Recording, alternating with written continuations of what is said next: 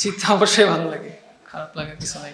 অবশ্যই হারাটা অত ভালো না, বাট আমরা চেষ্টা করছি যে সব প্লেয়ার যাতে ডাউন না হয়ে যায় এবং প্রত্যেক দিন প্র্যাকটিসে তাদের বেস্টটা দিয়ে এবং প্রত্যেকটা ম্যাচের জন্য রেডি থাকে সবাই, যাতে আমরা মানে অ্যাকচুয়ালি জেতার জন্য মাঠে নামি, বাট আনফর্চুনেটলি মানে 6টা ম্যাচ চলে গেছে, বাট কামব্যাক করতে পারছি ম্যাচ।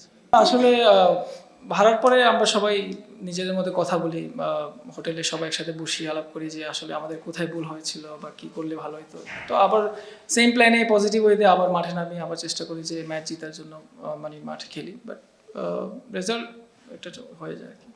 না ওরকমই কিছু, মানে আমি মানে চাচ্ছিলাম যে প্রথমে সুইং করে বের করি, পরে একটা মানে অ্যাঙ্গেলে একটা বল করবো, এরকম একটা প্ল্যান ছিল ওনার জন্য, বাট ও এক্সিকিউট করতে পারছে না। আমাদের এখন প্ল্যান যেটা মানে আজকে জয়ের পরে আমরা চিন্তা করতেছি আমাদের প্রত্যেকটা ম্যাচই গুরুত্বপূর্ণ। আমাদের মানে আজকে যেভাবে খেলেছি অবশ্যই বাকি ম্যাচগুলোতে আমাদের সেম এফোর্ট থাকবে ইনশাল্লাহ, আর আমরা চেষ্টা করবো যে জয় নিয়ে মাঠ থেকে বের হতে।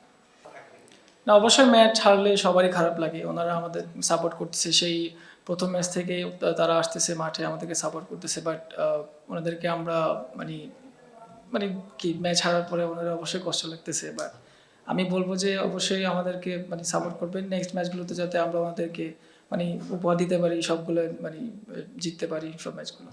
না যেভাবে আছে আলহামদুলিল্লাহ, আমি চেষ্টা করতেছি আমার শেপে থাকার, মানে ভালো বল করে যাওয়ার, এটাই আমার কাজ। বাকিটা আমি আসলে কি হবে না হবে সেটা নিয়ে চিন্তা করছি না আপাতত। For more updates, subscribe to our YouTube channel and click on the bell icon. Follow us on Facebook and Instagram. Download T Sports app to enjoy exciting games and highlights. Visit tsports.com.